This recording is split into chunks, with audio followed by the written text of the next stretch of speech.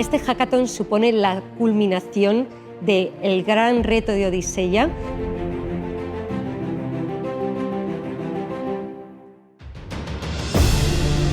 Ha sido muy ilustrativo y desde luego muy enriquecedor. Todo el talento que promueve un hackathon es precisamente lo que más necesita este país y lo que estamos promoviendo también desde el gobierno. Me ha parecido una idea fantástica.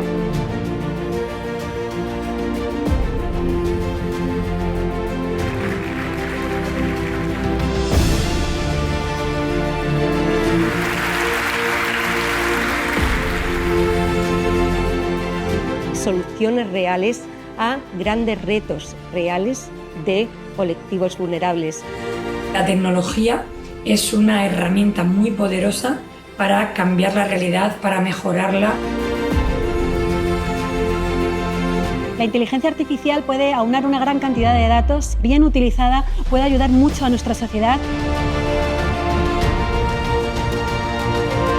Hemos visto el enorme potencial que tiene este país en términos de ideas y de emprendimiento. Todas las personas con inquietudes, con capacidades al respecto puedan tener un espacio como este hackathon internacional es realmente importante para nuestro país. Sentimos un gran orgullo por todos y cada uno de las personas que han colaborado para hacer este sueño realidad. Y desde luego es una herramienta por la que creo claramente que tenemos que apostar. La IA tiene un enorme potencial de llegar a muchos sitios.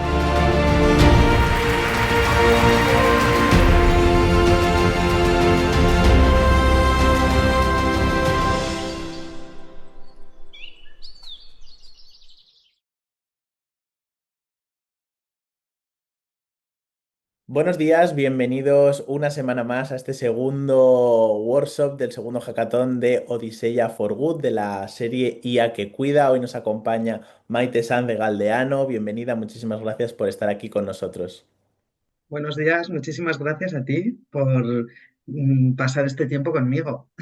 Exacto. Hoy tenemos además un tema de muchísimo interés, que es uno de los colectivos vulnerables con los que trabajamos en el hackathon, el de personas mayores, y es por eso que tenemos a una experta como Maite. Maite, para que te conozca un poco más nuestra audiencia, ¿cuál es tu vinculación con la inteligencia artificial?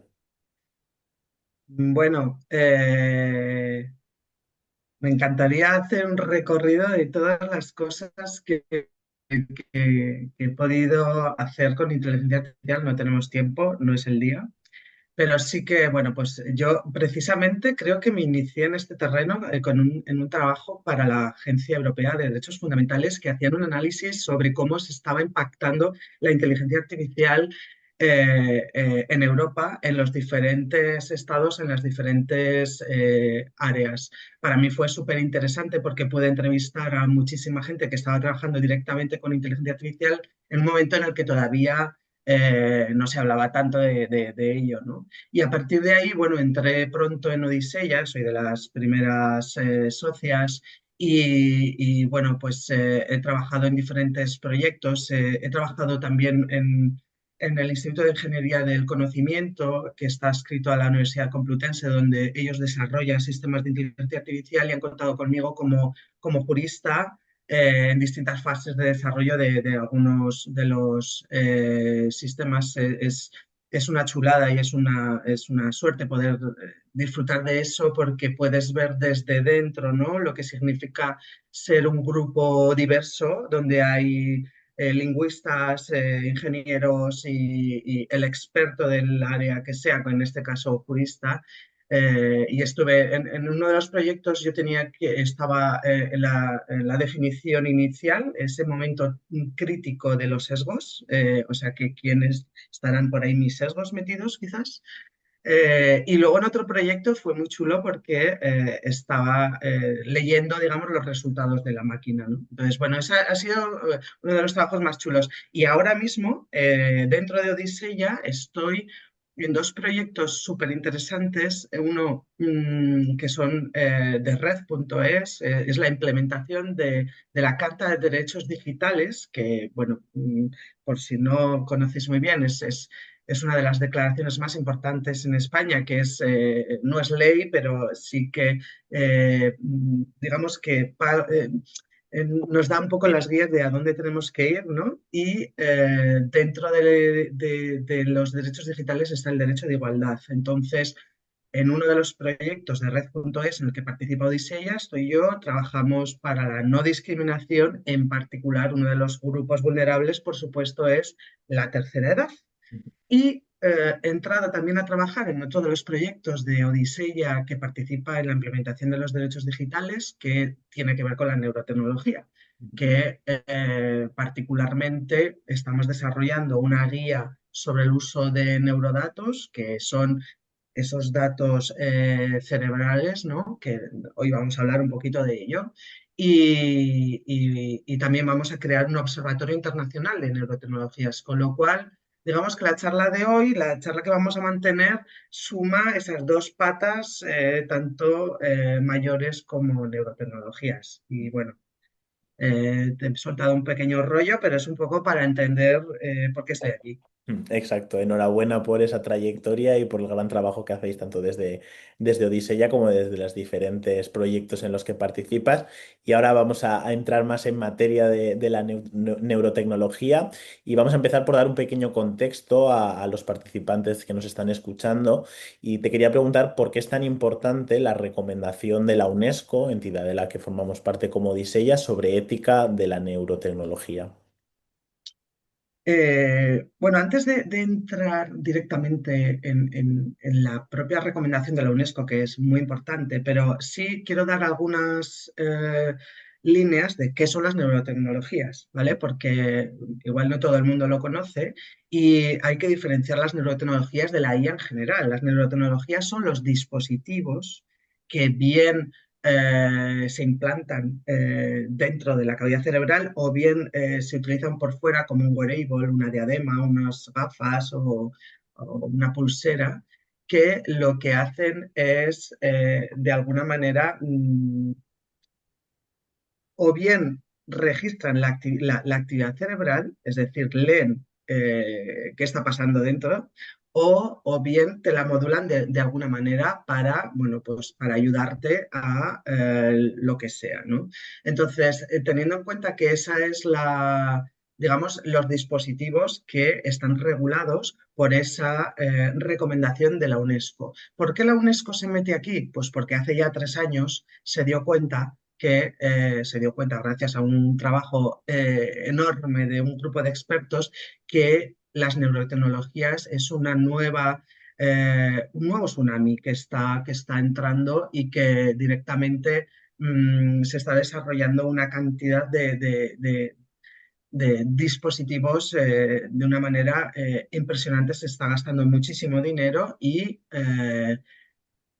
hay que controlarlo de alguna manera porque efectivamente se han dado cuenta que supone muchos riesgos. Entonces, crearon un grupo de expertos que han estado elaborando durante 2 años, como digo, esta recomendación y la acaban de publicar hace un mes. O sea, que es que estamos recién salida del horno. Y si nos enfocamos en el grupo de los mayores, que es el que estamos ahora tratando, es importante porque, primero, la UNESCO reconoce que la vulnerabilidad especial de ciertos grupos, en particular, uno de ellos es el de la tercera edad. Pero aunque reconoce y señala ese riesgo y esas vulnerabilidades, lo hace, hablando de la tecnología, lo hace desde un punto de vista habilitador, no desde un punto de vista prohibitivo. Que es lo que nos interesa en este hackathon, ¿no? Es ver la tecnología, cómo la vamos a utilizar al servicio de las personas mayores, ¿no? Entonces es muy interesante porque da ciertas pautas a los Estados miembros para ver cómo lo tienen que hacer para hacerlo bien. En Europa no es tan, digamos, tan importante, lo es, pero no es tan necesaria porque nosotros ya tenemos unas normas como son el Reglamento de Inteligencia Artificial y el Reglamento de Protección de Datos, que sí que limitan un poco esos riesgos, aunque hay algunos que se escapan, como seguramente luego saldrá en la conversación, pero sí que es verdad que haya ese mandato a nivel global es fundamental y es muy importante y por eso me parecía un tema muy interesante para salir adelante y sobre todo para aquellos que quieran trabajar en este campo, que sepan que es que hay un mandato a nivel global y que los Estados miembros tienen que habilitar las maneras, es decir, dinerito, tiempo, etcétera, para que se desarrolle. O sea que aquí hay un campo de trabajo, ¿eh? Aviso. Ujú, muy interesante. Y para aquellos que no conozcan o no hayan profundizado nunca en esas neurotecnologías, ¿qué ejemplos concretos hay actualmente de neurotecnologías beneficiosas para personas mayores? Si podrías ponernos algún ejemplo. Sí, para las personas mayores fundamentalmente se están estudiando sobre todo, o sea, ahora mismo sobre todo están en desarrollo sistemas para la prevención de todo lo que tiene que ver, pues el deterioro cognitivo, etcétera, o sea, todo lo que tiene que ver prevenir ese paso del tiempo, ¿no? En negativo. Hay estudios, pues, por ejemplo, para el control del sueño, para la sarcopenia, que es ese problema que surge con los músculos y con los huesos de las personas mayores que van perdiendo fuerza y sobre todo el deterioro cognitivo, ¿no? Luego están los desarrollos para el tratamiento directamente, pues tratamientos de pues eso, Parkinson o ya enfermedades que ya están diagnosticadas y sobre todo, y esto es muy interesante, se están desarrollando muchas tecnologías para lograr la máxima autonomía de las personas mayores, que al final es el objetivo final.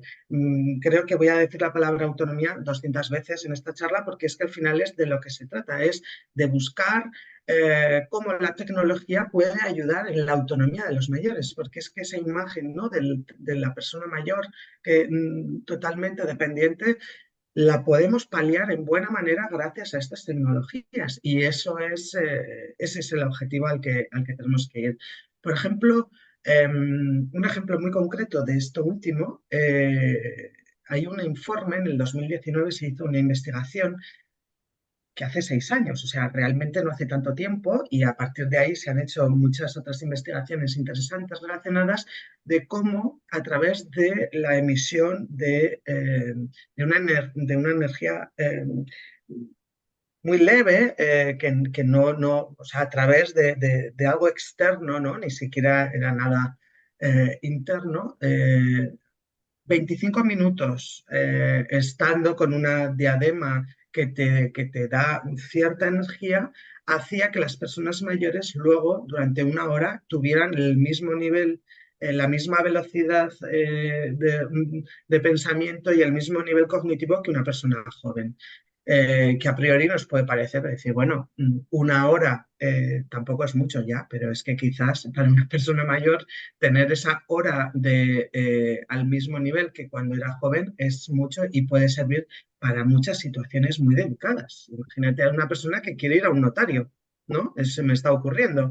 Bueno, o que quieres hacer algún tipo de gestión en el banco, que muchas veces bueno, primero, si tienen la suerte de que les atiendan, que esa es otra película que podríamos hablar en otro momento, ¿no?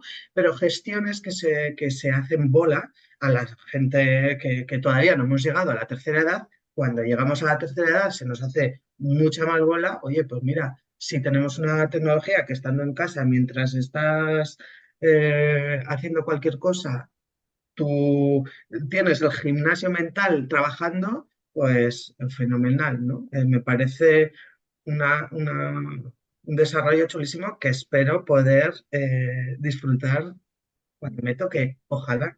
No, está claro que el fin, por supuesto, de las neurotecnologías, así como de la IA en términos generales, es siempre buscar una mejora de la calidad de vida, no solo de los colectivos vulnerables, sino de todas las personas, porque personas mayores vamos a ser todos, tarde o temprano, algunos antes, otros después, pero todos vamos a llegar a esa tercera edad. Pero es verdad que para conseguir ese fin positivo, en este caso de las neurotecnologías, es necesario el uso de datos y sobre todo datos más críticos que en otros tipos de herramientas, porque entramos con datos vinculados a la salud, datos neurológicos, etcétera.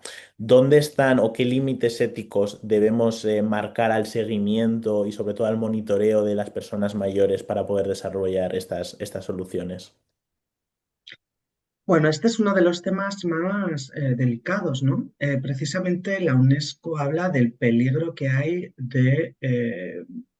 de coacción de las personas mayores que no tengan realmente una comprensión total del tratamiento de los datos que se van a hacer con las neurotecnologías que van a utilizar, ¿no?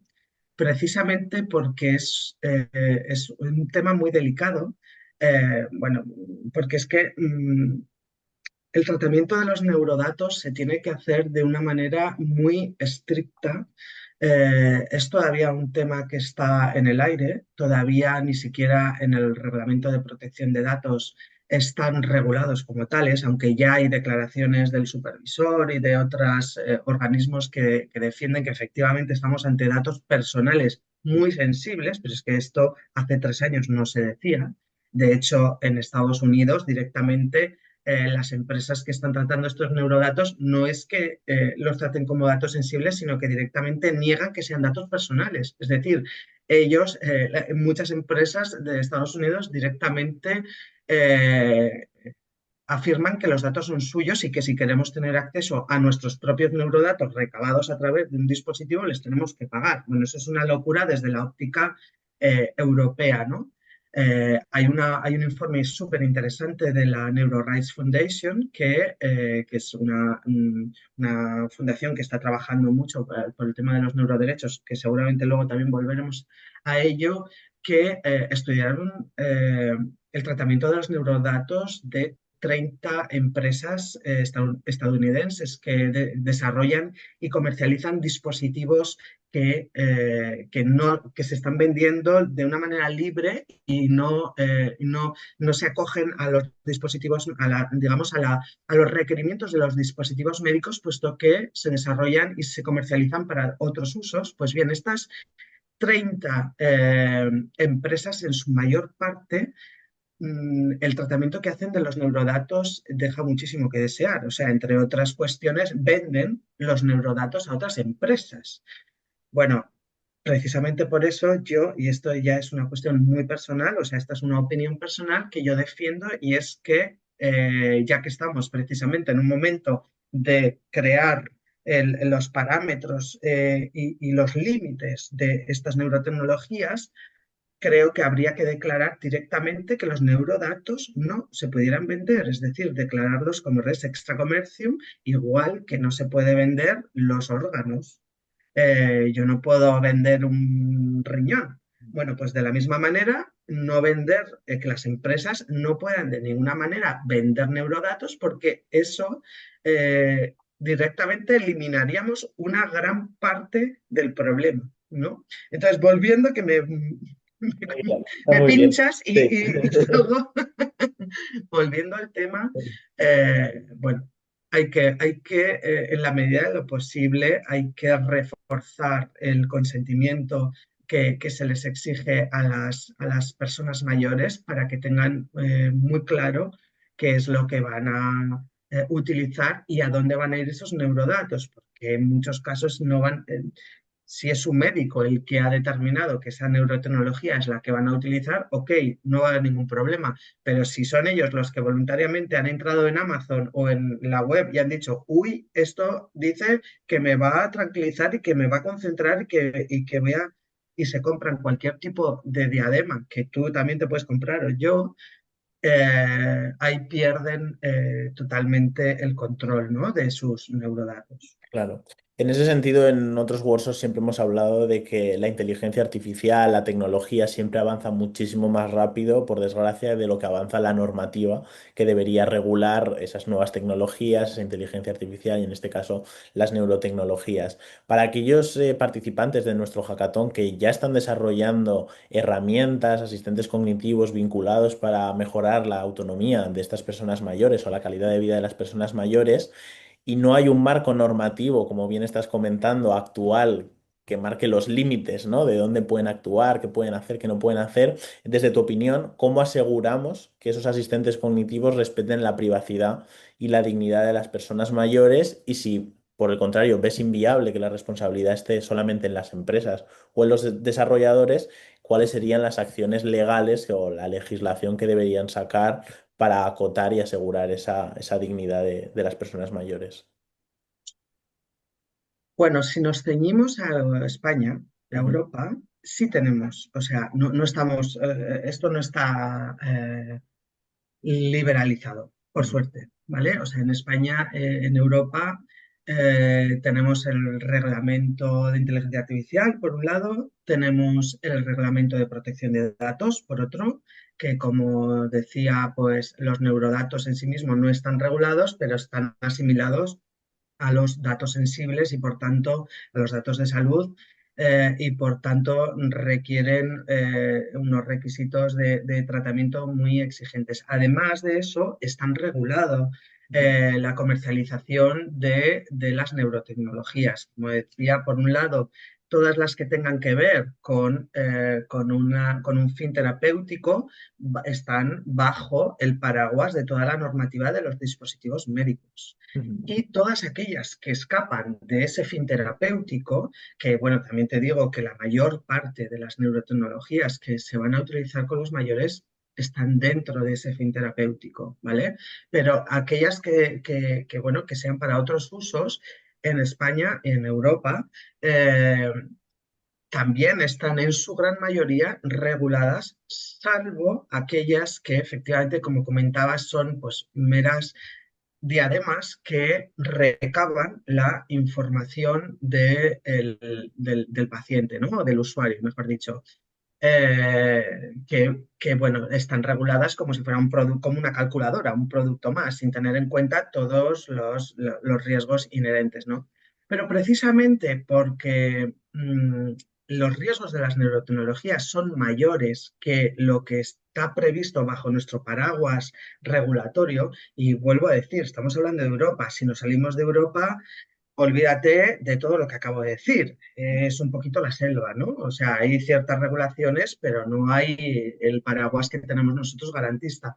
Entonces, ¿qué ha pasado? Pues que ante esos riesgos que efectivamente surgen al desarrollarse las neurotecnologías, aparecen los neuroderechos como una corriente jurídica bueno, jurídica, aunque surgen al principio desde las voces científicas, ¿no? Que son al fin de cuentas los que conocían el tema tanto a nivel científico como técnico, ¿no? Con el desarrollo de las neurotecnologías se dieron cuenta que aquí se estaban creando una serie de riesgos enormes que si no se controlaban, bueno, estoy hablando en pasado porque doy por hecho que se van a controlar, pero seguimos en la misma situación, o sea, que podemos hablar en presente, o sea, hay unos riesgos que si no se controlan nos pueden derivar en una sociedad bastante distópica.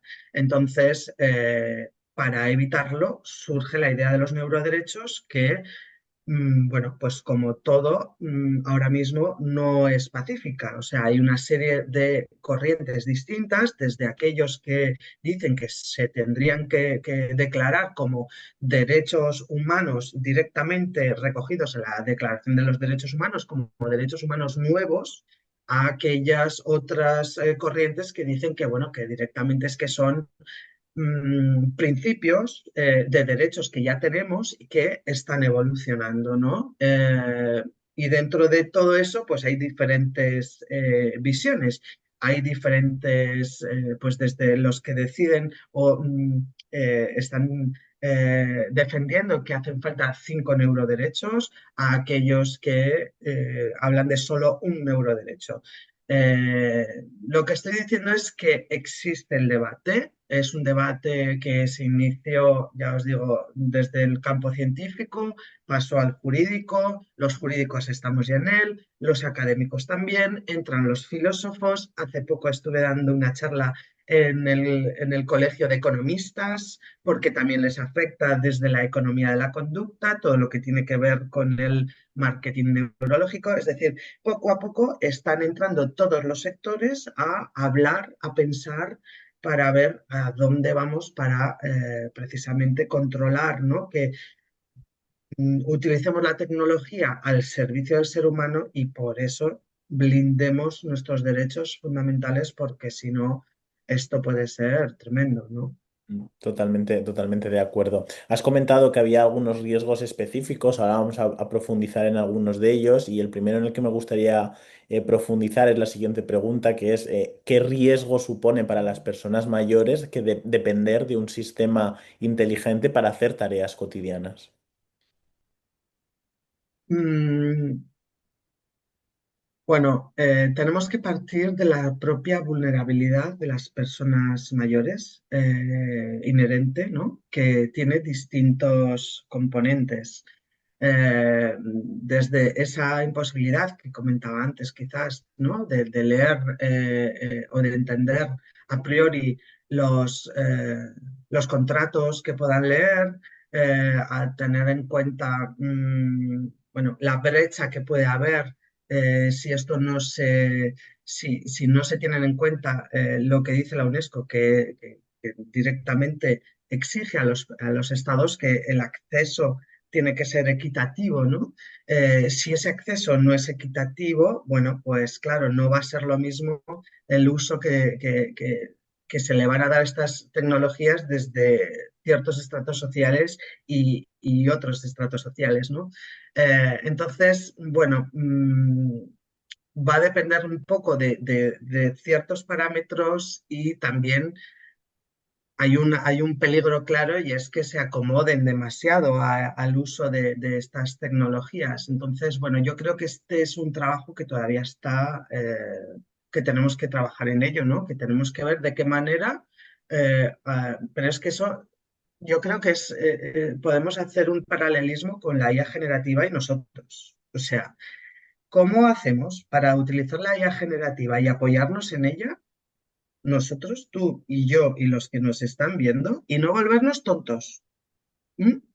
Porque, claro, es una maravilla, nos ayuda a trabajar, nos ayuda a evolucionar, vamos a 1000 por hora, pero realmente lo que estamos leyendo, lo que estamos trabajando, lo estamos interiorizando, nuestra creatividad está trabajando, etcétera, etcétera. Bueno, pues un poco ese peligro si lo trasladamos a los mayores, pues también puede ocurrir. Es decir, somos nosotros mismos los que ahora tenemos este peligro cuando nos toque, a ver cómo lo hacemos, ¿no? Porque al final este trabajo que estamos viendo hoy tú y yo es para nosotros. Porque para cuando esto evolucione, nosotros ya, bueno, Sí, a ti no, que eres muy joven, pero a mí me toca. nos tocará, nos tocará. A Tarde o mí me temprano toca. nos tocará. Ojalá, ojalá.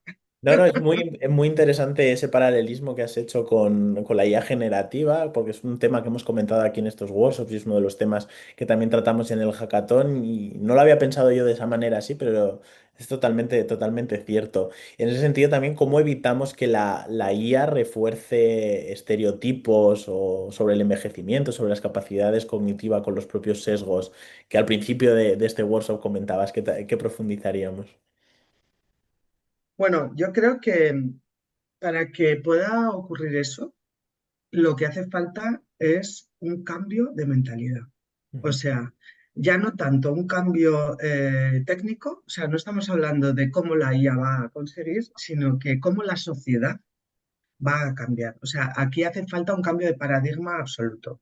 Hay que pasar del paradigma del abuelito pobrecito, incapacitado, que hay que ayudarle eh, a empoderarle a esa persona que tiene una experiencia vital brutal, ¿no?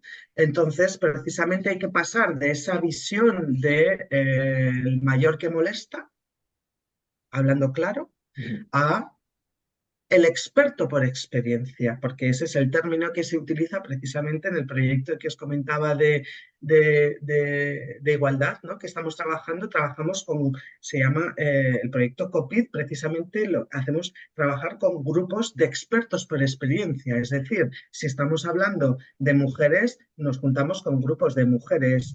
Si estamos hablando de mayores, nos juntamos con mayores y son los mayores los que hablan, ¿no? O los menores o las personas con discapacidad.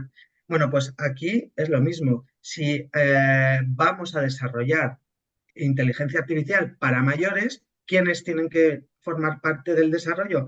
Los mayores, Claro. los expertos por experiencia, que saben lo que necesitan y lo que quieren. Entonces, lo que hace falta es un cambio cultural. Hace falta un clic en el que la sociedad pase ya de ver al mayor como persona que ya no tiene opinión prácticamente, a que sea precisamente el co-creador, el experto, el consultor del diseño desde el origen. Porque, lógicamente, eh, para empezar, es que no hay un mayor tipo. O sea, no, el mayor, y de repente nos viene a todos la imagen de nuestro abuelo, un varón, 80 años, blanco, ¿eh? Con nuestro prototipo. Bueno, pero es que el mayor es tan diverso como una persona de 30 años, que puede ser de cualquier color, de cualquier ideología, de cualquier, etcétera, etcétera, ¿no? Ujú. Entonces, bueno, tenemos que pensar ya a la persona mayor como esa persona con experiencia que sabe lo que quiere precisamente y que lo que va a hacer es ayudar a desarrollar una tecnología que le va a ayudar a saber lo que quiere y a decir lo que quiere el mayor tiempo posible. Porque no olvidemos de nuevo, autonomía. Buscamos la autonomía y para la autonomía tendrán que ser ellos los protagonistas, ¿no?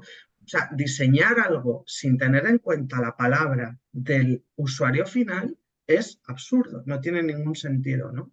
De hecho, Entonces, bueno, creo que pase a lo que dices, lo estamos viendo ya no con tecnologías exponenciales como puede ser la IA, como puede ser las neurotecnologías, sino con las interfaces webs de los bancos, ¿no? De que las personas mayores no pueden, no saben hacer una transferencia desde una web desde el banco y ya si pensamos en trámites como la declaración de la renta que se hacen online, que muchas veces hasta las personas jóvenes no sabemos ni cómo cogerlo, pues estamos viendo que ya hay un fracaso en ese sentido de creación de webs, aplicaciones, incluso dispositivos, ¿no? Hay mucha gente mayor que no sabe o no puede usar un teléfono móvil, que para una persona más joven es algo habitual en nuestra vida. Entonces, yo creo que ese consejo es muy valioso, sobre todo para aquellos participantes del hackathon que están desarrollando estas aplicaciones con los mayores y que desde Odisea ya damos la oportunidad, ya que, por ejemplo, el proyecto Copit que comentabas es partner de Odisea, de trabajar directamente con los colectivos vulnerables. Me gustaría pasar al siguiente bloque antes de que nos acabe el tiempo, que es el de soluciones, ¿no? El de vamos a hablar cómo podemos hacerlo. Ya nos has comentado un poco el contexto de las neurotecnologías, hemos hablado de los riesgos, pues vamos a hablar ahora de esas soluciones. Y te quería hacer una pregunta muy amplia donde podríamos estar un día entero hablando, que es cómo podemos diseñar inteligencia artificial o neurotecnologías accesibles sin sacrificar esa funcionalidad o incluso otros aspectos como la seguridad. bueno, no es solo cómo, sino que debemos. O sea, ya la cuestión no es esa. O sea, ya la cuestión no es cómo, que por supuesto es la duda que vamos a tener y que van a tener, pero lo que hay que tener claro es que hay que hacerlo. O sea, eso de entrar, ¿eh? Ya no es una buena intención, sino que ya es un mandato. Directamente, además, es uno de los mandatos de la UNESCO, que es fantástico, porque ya directamente está diciendo que no solamente tenemos que contar con los mayores, sino que es que además lo que se haga tiene que ser realmente usable por ellos, ¿no? Y de hecho da parámetros para bueno, que desde que si los botones tienen que ser grandes, que si la letra tiene que ser de esta manera, etcétera. Para España, ves que estoy todo el rato un poco trayendo el tema aquí porque, bueno, al final nosotros estamos aquí y estamos bastante protegidos, pero, bueno, en España el año pasado, en junio, entró en vigor la Ley de Accesibilidad, que es una ley que precisamente lo que hace es exigir que todos esos dispositivos que acabas de mencionar sean accesibles. O sea, ya todo lo que se desarrolla a partir de ahora nuevo, como por ejemplo para el tema de bancos, todo lo que está de cara al público tiene que ser accesible. O sea, eso ya es una exigencia. ¿Qué ocurre? Que efectivamente esta normativa, cuando se trabaja, pues como todo, no está pensando en neurotecnologías. Digamos que se nos queda un poco corta para el desarrollo de esta nueva tecnología, pero ya tenemos unas bases que muy probablemente luego con un poquito de voluntad, ahí se me ha notado la navarra que tengo detrás, con ese poquito de voluntad se puede subir de peldaño y conseguir esa accesibilidad de las personas mayores. Es que fíjate lo que puede suponer. Yo no sé si en casa nuestros abuelos, si os ha tocado ver que tienen unos pastilleros gigantes con unas letras gigantes. Bueno, eso que ahora nos parece normal, hace nada no existía. ¿Eso qué significaba? Pues que la abuela de turno necesitaba de una persona constantemente para que le diera la pastilla que correspondía por la mañana, mediodía o la tarde, porque no, porque se hacía un lío, ¿no? Ujú. Pues algo tan sencillo como hacer un pastillero de plástico. A, B, C, el lunes, el martes, colores, no sé qué. A esa persona mayor directamente ya no tiene que aguantar a la pesada de su hija todo el día dándole la brasa, porque esa persona mayor, esa abuela, sabe perfectamente lo que quiere y lo que tiene que hacer. Lo único que se ha hecho un poco de lío con las pastillas, pero no tiene que aguantar a la pesada de la hija todo el santo día, porque ahora ella sola hace clic, clic, clic, clic, clic, y lo único que necesita es que la hija venga el domingo, le dé un beso, un ramo de flores y le ponga las pastillas. Y ya está. Esa autonomía que ha ganado con algo tan sencillo como un pastillo de plástico, vamos a traerlo a la tecnología. Es que Ujú. imagínate. O sea, es que estamos regalándonos años de autonomía, porque ya no es el pastillero, es el pastillero Super Plus. O sea, vamos, que merece la pena que trabajéis en ello. ¿Eh? Y propongo que este sea uno de los proyectos. De hecho, el año pasado un proyecto ganador fue un pastillero inteligente. El No me equipo, digas. te lo prometo. De hecho, los tendremos en el hackathon entrevistados. Crearon O-Pills, que es una solución que ganó un premio del hackathon y están trabajando en ella. Y era un pastillero inteligente donde tú le ponías como toda la medicación, la volcabas y él automáticamente te lo recordaba e incluso hacía esa función de la hija el domingo de venir. Pues ya te lo administraba y además tiene una interfaz, sobre todo porque contaba con el diseño inclusivo de personas mayores. Y esto, si no me equivoco, lo tendría que comprobar, pero lo desarrolló un equipo de estudiantes de la Universidad de Santiago de Compostela, de tercero, que estuvieron con nosotros en el hackathon y fue uno de los proyectos ganadores, ese... Pues era te inteligente. juro que no tenía ni idea, pues lo siento mucho, No, porque no, pero perfecto porque ha me da venido mucha rabia genial. no haberlo visto, pero me parece genial porque, Viene perfecto. vamos, ¡ah, Ha qué sido bueno! ni preparado, ¡Buenísimo! ni Y preparado. No, no. Muy bien, muy bien, muy bien. O sea, esto también para que la audiencia vea que hay proyectos reales que salen del hackathon que están totalmente alineados con ¡Qué que dicen los genial! expertos. O sea que maravilloso. Y en ese Genial. sentido, me gustaría también hacer una pregunta porque este equipo, una de las dificultades que tuvo es de cómo contar con los mayores en el diseño y en el testeo de esas soluciones. Entonces te quería preguntar qué estrategias existen actualmente para incluir, en este caso, a las personas mayores, pero podemos ampliar a cualquier tipo de colectivo vulnerable, tanto en el diseño como luego en el testeo o la prueba de esas herramientas o soluciones que creen. Bueno, yo aquí voy a hablar por hipótesis, ¿vale? Porque no conozco directamente las estrategias que hay, porque sinceramente no sé si las hay, ¿vale? O sea, no sé si se ha tenido en cuenta esto hasta ahora a la hora del desarrollo de los sistemas. Por tanto, solo voy a dar opinión de lo que creo que se podría hacer. Para empezar, creo que hay que mantener una máxima, bueno, que es un poco el hilo conductor de toda la charla que estamos teniendo, pero que es nada sobre nosotros sin nosotros, que es una deriva de una frase que viene de la lucha feminista, Ujú. pero que al fin y al cabo esto es otra, o sea, la lucha de las personas mayores es la misma que la lucha feminista o la lucha de las personas con discapacidad. Al final, ese cambio de paradigma que estaba comentando antes deriva de lo mismo, o sea, es decir, vamos, somos absolutamente personas en primera fila que nos merecemos el mismo trato que los demás, ¿no? O sea, eh, simplemente con un andamiaje de apoyos vamos a poder tomar las mismas decisiones con el mismo valor que el resto de las personas.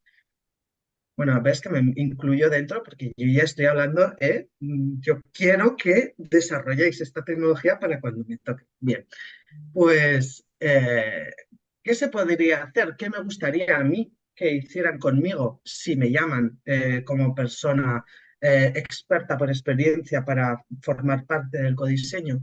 Bueno, pues primero que me traten sin paternalismo. ¿M? Que no me digan, pues yo no he pasado de ser, o, hace poco leía un artículo muy bonito que me pasó mi padre, que tiene ya más de 80 años, y escribía una persona mayor que decía cómo, conforme van pasando los años, cuanto más viejo eres, más diminutivos recibes. O sea, que es una cosa un poco loca, ¿no? Resulta que eres don Javier o don el señor no sé cuántos y conforme de repente te jubilas pasas a ser Javier.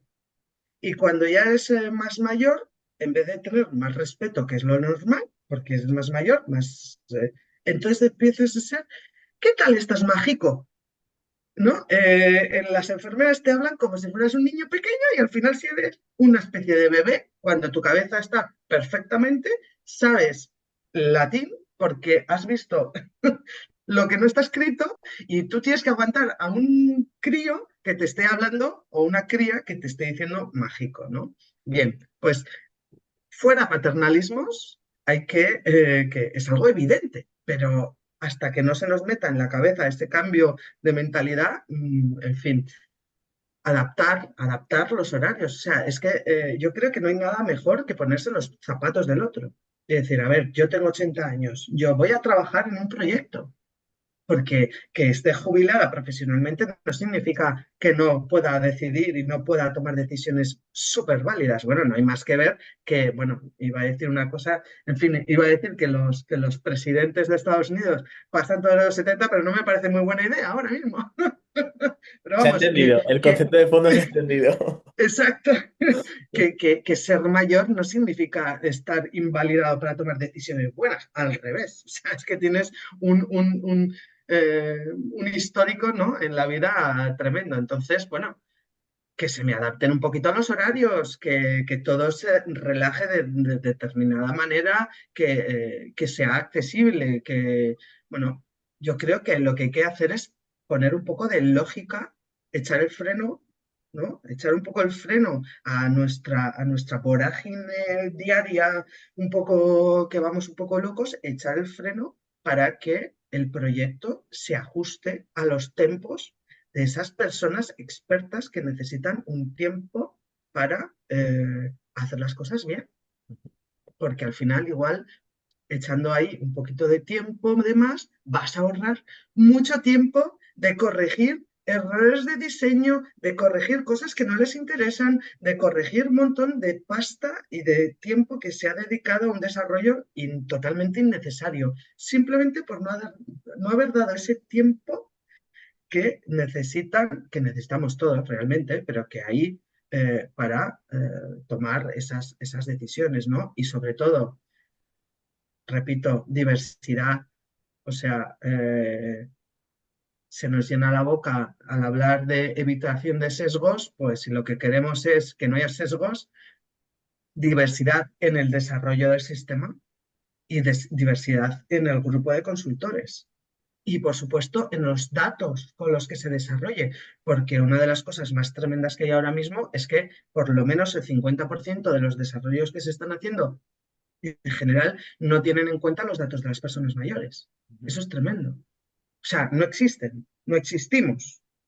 Eh, no puede ser. Bueno, que me estoy enrollando. No, no, es súper interesante porque con esta última pregunta has dado muchísimos consejos que son de utilidad para no solamente los que están desarrollando soluciones para personas mayores, sino para colectivos vulnerables en general. Y es un poco el objetivo nosotros en el hackathon de intentar incorporar, de hecho, para cada colectivo vulnerable con el que trabajamos en el hackathon tenemos, ya sabéis, una entidad social donde ese propio colectivo vulnerable no solo está representado, sino que forman parte de esa asociación o esa entidad que estará apoyando esas soluciones para incorporar al propio colectivo vulnerable en el diseño. De hecho, por ejemplo, el año pasado uno de nuestros ejemplos de los que estamos más orgullosos es que también uno de los equipos ganadores fue un equipo que estaba conformado por personas con discapacidad intelectual. Eran los propios desarrolladores de la inteligencia artificial para una solución que a ellos mismos les afectaba como colectivo vulnerable. Entonces, eso es lo que buscamos y en este caso todavía en España desarrolladores de inteligencia artificial de 80 años, pues hay muy pocos, que los hay, que también los hay, pero hay muy pocos, entonces tenemos que incorporarles en el diseño, como bien dice Maite, desde otra perspectiva. Así que con estos últimos consejos hemos hecho los 40 minutos de rigor de este workshop y finalizamos. Maite, muchísimas gracias por estar aquí hoy con nosotros. Esperamos verte en esa final presencial aquí en Madrid en el Hackathon. Y por supuesto a nuestra audiencia, muchísimas gracias por escucharnos una semana más y por tener en cuenta los consejos de expertos como ha sido hoy el caso de Maite. Muchísimas gracias por acompañarnos. Muchas gracias a ti y por favor, poneos todos a trabajar, que yo quiero una vejez digna y autónoma. No digo Perfecto. más. Con esa última reflexión nos quedamos y nos vemos la semana que viene. Muchísimas gracias.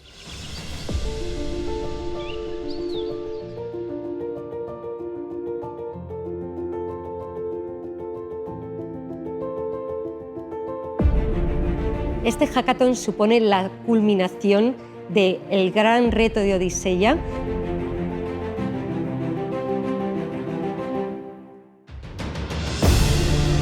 Ha sido muy ilustrativo y desde luego muy enriquecedor. Todo el talento que promueve un hackathon es precisamente lo que más necesita este país y lo que estamos promoviendo también desde el gobierno. Me ha parecido una idea fantástica.